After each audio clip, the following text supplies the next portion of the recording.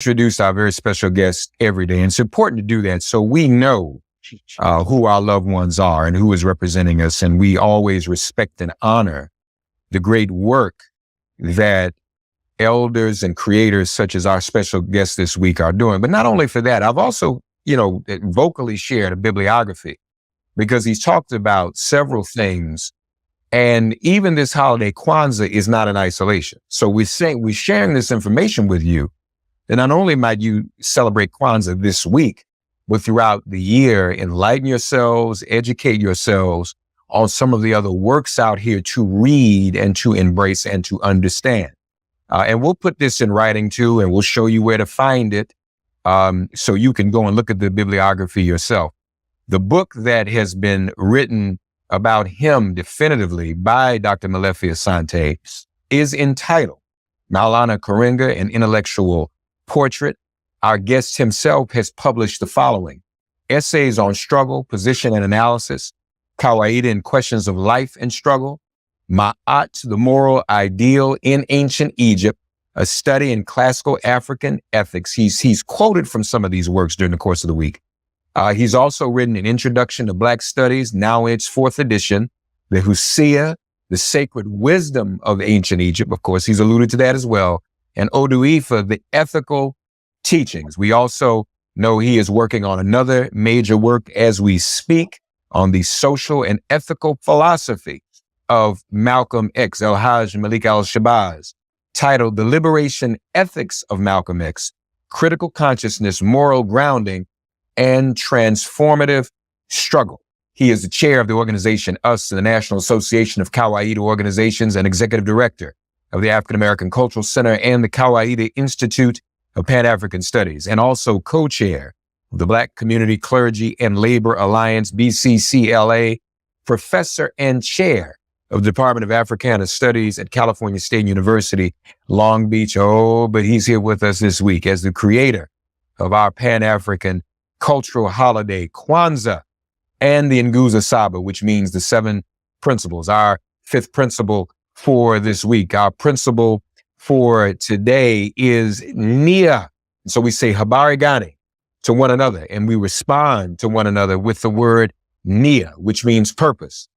Purpose, NIA, to make our collective vocation, building and developing of our community in order to restore our people to their traditional greatness. I feel restored already, having spoken to him all this week, and I hope you feel restored as well.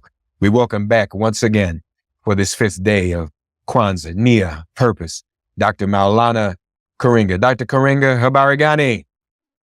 NIA. Good to see you again, Asante Sana, Reverend Matsamela. It's always good to come on your program. Thank you again for all the good work you're doing. I know brothers and sisters out there, and all people of goodwill, all the progressive, must respect the work you've done to bring enlightenment.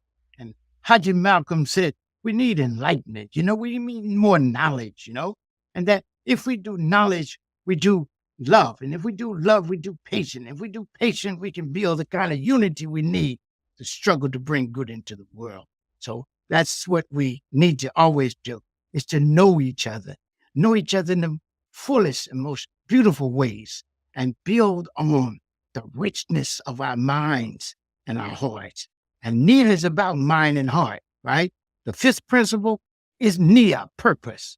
The text, Kwanzaa, a celebration of family, community, and culture, tells us that this principle calls on us to make our collective vocation the building and developing of our community in order to restore our people to their traditional greatness.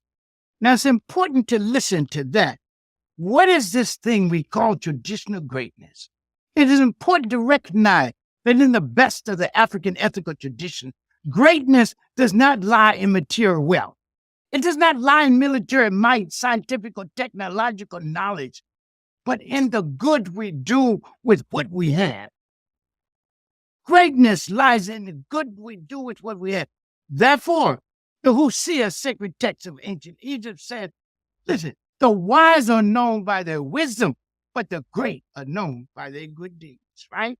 This teaching instructs us to move beyond the idol worship of wealth, technology, and science without condemning them, but to move beyond that. Don't worship them, and to raise questions and seek answers to what? How to put them in the service of the masses of people who need them most, as Dr. Mir McLeod Bethune, Nana Dr. Mir McLeod Bethune urged us to do. She said, look, knowledge is the prime need of the hour, but people want to know, what are you going to do with your knowledge? And she says, it's up to us who know to discover the dawn and then put it in the service of the masses and our people who need it most, right? Our people need it. Our young people need it, right? Our ill people need it. Our ordinary people need it. They need this knowledge, and they need your service. In a word, we are compelled to ask in all we do, how does it benefit the world and the people in it who need it most? First, how does it benefit us as a people? How does it benefit society? How does it benefit the world? Right? So we got gadgets, but maybe the gadgets are distracted. Maybe being able to look up an answer keeps us from getting knowledge. We got information, but we miss knowledge. Maybe it teaches us not to think, but to just search, right? And look for ready-made answers. What does that do to the human mind? How is this kind of technology changing us? And who gets it? And how do we share it, right? Dr. Bethune said we have to share the knowledge we have. Knowledge, we say in Kawaida, my philosophy, which is an ongoing synthesis of the best of African sensitivity, thought, and practice in constant exchange to the world. It teaches that we must think deeply about what we're doing, that knowledge is not simply knowledge for knowledge's sake. Knowledge is for human sake, right? We want to know, how does it improve the human condition and help shape the human future? How does it do that? The teachings of the Husia parallel and reinforce the teachings of the other sacred texts we use. Or do Ifa that says, let's do things with joy, for surely humans have been divinely chosen to bring good in the world. And this is the fundamental mission and meaning of human life. So let us do good in the world and for the world. Let us be exalted by the good we do, the good heaven and history have chosen us to do. We are chosen by history and heaven to do good in the world. And even as we're chosen, let us choose to be chosen, not over and against any other people, but chosen with all other people to create, increase, and sustain good in the world.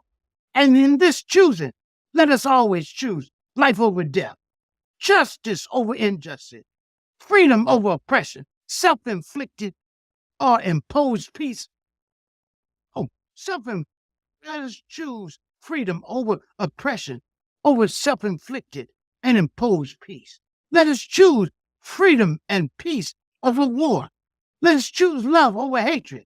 Let us choose truth over lies in any form. And let us choose sisterhood and brotherhood and love and friendship over the tendency to just hate excellence and to hate difference and to fear it as our oppressor does. Our oppressor cannot be our teacher, and our allies, if they're wrong, cannot be our tutor. We must speak our own special culture truth. We must dig deep in our own history, practice Kujichagulia, and have a purpose that is good for us and the world, a purpose dedicated to African and human good and the well-being of the world. In this, then, lies a mirror meaning of our lives, to choose to do and to do good in the world, and to do it not only for ourselves, but again, for all the people of the world. For the Odu tells us that when it is our turn to take responsibility for the world, we should do good for the world. And indeed, it says, doing good worldwide is the best expression of character. Is that a beautiful teaching or not? Doing good worldwide is the best expression of character.